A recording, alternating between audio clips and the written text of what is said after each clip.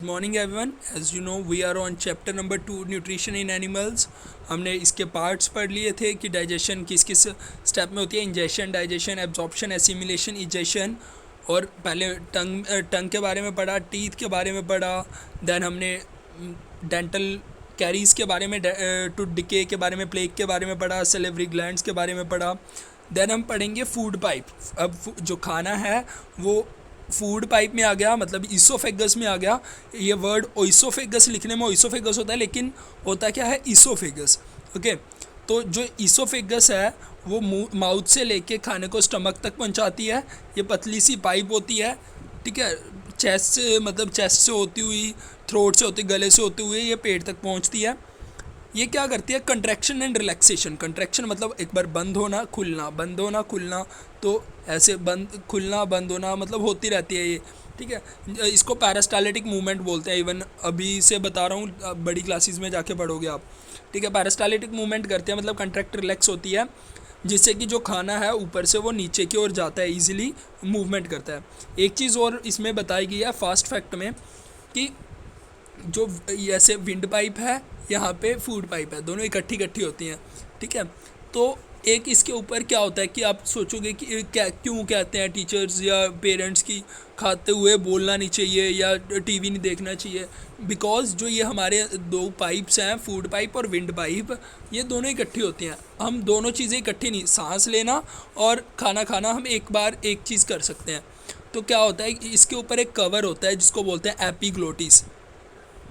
Epiglottis, ठीक है जी। तो क्या होता है, जब हम खाना खाते हैं तो ये विंड पाइप को कवर कर लेता है, ठीक है। जब अंदर चला गया तो थोड़ा सा हम सांस लेते हैं, ये एपिग्लोटिस खुल जाता है, इधर से सांस जाता है, फिर दोबारा कवर हो जाता है, ठीक है। तो अगर बाय चांस कई बार ये खुला रह जाए, हम बातें कर रहे हैं या कुछ भी कर रहे हैं तो ध्यान नहीं लग पाता हमारा, तो जो इसके विंड पाइप के अंदर कुछ भी लिक्विड वगैरह चला जाता है, जिससे हमारे खांसी वगैरह होती है और दिक्कत आती है। उसके बाद स्टमक मतलब पेट। जो हमारा पेट है वो जे शेप्ड ऑर्गन होता है, ऐसा कुछ ऑर्गन होता है, ठीक है।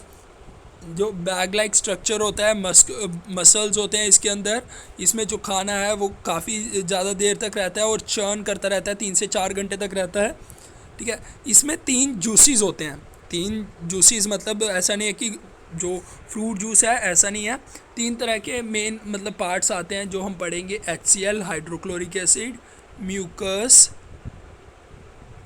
और एक होता है पेप्सिन। इस बुक में इसका नाम नहीं दिया है, उसको जस्ट एंजाइम दिया है, ठीक है। HCl हाइड्रोक्लोरिक एसिड, ये बहुत ही डेंजरस एसिड होता है। फिर आप कहोगे हमारी बॉडी में क्या कर रहा है, लेकिन बहुत काम है। HCl जो करता है, जो खाने में हमारे जर्म्स आ जाते हैं उसको मारता है, और पेप्सिन को वर्क करने के लिए हेल्प करता है। तो म्यूकस, म्यूकस का क्या वर्क है, यही हमें HCl से बचाता है। ये जैसे स्टमक है, इसकी लेयर्स में म्यूकस चिपक जाता है, ठीक है, और HCl हमें प्रॉब्लम नहीं क्रिएट कर पाता। और पेप्सिन, पेप्सिन क्या करता है, जो भी हमारे प्रोटीन्स वगैरह है उसको तोड़ता है, डाइजेशन में हेल्प करता है। ऑल राइट, देन फिर ये घुल जाते हैं, मिक्स होते रहते हैं। देन जो खाना है स्मॉल इंटेस्टाइन में चला जाता है। स्मॉल इंटेस्टाइन,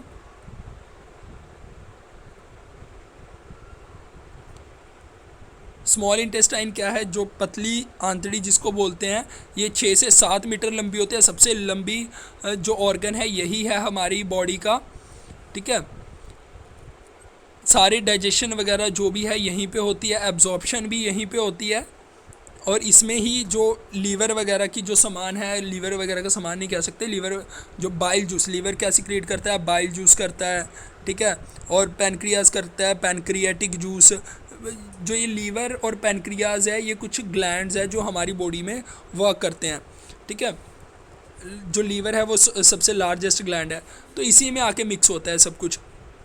तो जैसे मैं एक बार बना के दिखाता हूँ, जैसे स्मॉल इंटेस्टाइन है, ये स्टमक है, यहाँ पे ये ये ईसोफेगस फूड पाइप है, यहाँ पे स्मॉल इंटेस्टाइन होती है, देन लार्ज इंटेस्टाइन आती है यहाँ पे, ठीक है। तो ये स्मॉल इंटेस्टाइन होती है, बहुत पतली होती है, बड़ी गुंजलदार होती है, मिक्सअप हुई हुई होती है अच्छे से, ठीक है। तो इसमें क्या होता है, सारी एब्जॉर्प्शन वगैरह होनी है। अगर एक सरफेस ऐसे है, एक सरफेस ऐसे है, सरफेस एरिया किसका बड़ा, देखो यहाँ पे कितनी एरिया टच हो रहा है, यहाँ पे जस्ट इतने में इतना ही हो रहा है। तो यहाँ पे ये फिंगर लाइक स्ट्रक्चर्स होते हैं, इसको बोलते हैं विलाई, VILLI, विलाई। तो फिंगर लाइक स्ट्रक्चर होते हैं जो एब्जॉर्प्शन वगैरह में काम करते हैं, ये सारे स्मॉल इंटेस्टाइन में होते हैं, ठीक है।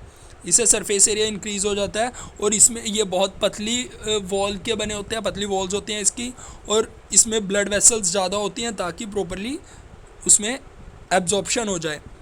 देन एब्जॉर्प्शन तो अब यहाँ पे हो गई।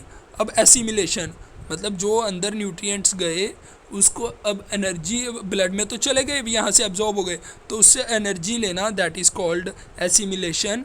और जो बाकी वेस्ट बन जाता है उसको via anus get rid of from the body, that is called egestion. तो लार्ज इंटेस्टाइन पढ़ेंगे। लार्ज इंटेस्टाइन जो स्मॉल इंटेस्टाइन के बाद लार्ज इंटेस्टाइन आती है, ऐसा कुछ होती है लार्ज इंटेस्टाइन, यहाँ पे अपेंडिक्स होती है, ठीक है। तो क्या होता है, जो सेमी सॉलिड वेस्ट है यहाँ पे आ जाता है, अगर कुछ सॉल्ट वगैरह या वाटर बचता है यहाँ पे एब्जॉर्ब हो जाता है, बाकी जो वेस्ट है रेक्टम में स्टोर होकर एनस के थ्रू बाहर, तो इस प्रोसेस को बोलते हैं इजेशन। मतलब that semi solid wet waste that we have to throw out of the body, that is called faeces. Digestion in grass eating animals. Grass eating animals क्या करते हैं, ग्रास ईटिंग एनिमल्स होते हैं जो ग्रास खाते हैं, जैसे काऊ वगैरह, ठीक है। इनमें क्या होता है, हम तो जो एनिमल्स हैं, हम जो ग्रास वगैरह नहीं ज़्यादा खाते, तो जैसे तो खाते हैं हम साग वगैरह, लेकिन हम प्रॉपरली नहीं खा पाते, ठीक है। क्यों नहीं खा पाते, बिकॉज उसमें सेलुलोज होता है, प्लांट्स की जो वॉल्स हैं सेल की, सेलुलोज होता है, कार्बोहाइड्रेट होता है कि, ठीक है, जो हम डाइजेस्ट नहीं करवा पाता फूड, मतलब जो हम डाइजेस्ट नहीं करते हैं, हम डायरेक्टली कह सकते हैं, ठीक है। तो ये सिर्फ एनिमल्स, कुछ एनिमल्स कर सकते हैं जिनको रूमिनेंट्स बोला जाता है, ठीक है। तो ये क्या करते हैं, सबसे पहले अपना खाना खाएंगे, ठीक है, खाने को च्यू करेंगे, वो पेट में जाएगा, पेट से वो दोबारा खाना मुंह में आता है, फिर उसको डाइजेस्ट करते हैं, फिर वो दोबारा जाता है। सबसे पहले इसमें हम सीखते हैं कि जो स्टमक है, स्टमक जो पेट है इनका, इसके 4 पार्ट्स होते हैं। सबसे पहले र्यूमन, रेटिकुलम, ओमेसम, एबोमेसम। सबसे पहले खाना आता है, र्यूमन में जाता है, ठीक है, थोड़ा हाफ च्यूली फूड होता है, मतलब थोड़ा सा च्यू करके। देन वो रेटिकुलम में जाता है, रेटिकुलम में वो बोल सी बन जाती हैं, इसको हाफ च्यूड फूड को ये क्या बोलते हैं, कड बोलते हैं। क्या बोलते हैं, कड। तो फिर वो जाके दोबारा माउथ में जाता है, फिर वो दोबारा वो च्यू करते हैं अच्छे से प्रॉपरली, फिर वो र्यूमन रेटिकुलम से होता है वो अमेसम में, फिर एबोमेसम में जाके वो प्रॉपरली डाइजेस्ट होता है, ठीक है। एबोमेसम ही है जो हमारा हमारा नहीं कह सकते, जो काउज हैं उनका ट्रू स्टमक है, ऑलराइट। ये बफलोज, शीप, काउ वगैरह में होते हैं। देन उसके बाद न्यूट्रिशन इन अमीबा, सॉरी एक चीज़ रहेगी कि इनको, जो ये एनिमल्स हैं, इनको रूमिनेंट्स या इनके दोबारा चबाने को रूमिनेशन बोलते हैं, या रूमिनेटिंग एनिमल्स बोलते हैं। उसके बाद न्यूट्रिशन इन अमीबा, अमीबा जो एक यूनिसेलुलर ऑर्गेनिज्म है, एक ही सेल से बना होता है। ये खाना कैसे खाता है, देखो अगर कोई खाना यहाँ पे आ गया तो इसको ऐसे सीडोपोडिया से, झूठे पाँव से बना लेता है, उसको ऐसे फूड वैक्यूल की तरह अंदर ले लेता है, इसको फूड वैक्यूल बोलते हैं, ठीक है, स्मॉल कैविटी को। फिर जो साइटोप्लाज्म में कुछ डाइजेस्टिव एंजाइम्स होते हैं उसके ऊपर एक्ट करते हैं, उसको तोड़ते हैं, फिर वही एब्जॉर्प्शन, एसिमिलेशन वगैरह हो जाती है। Here we have completed our chapter. If you have any problem, then you can contact me also on my contact number is given in description. All right. Goodbye everyone.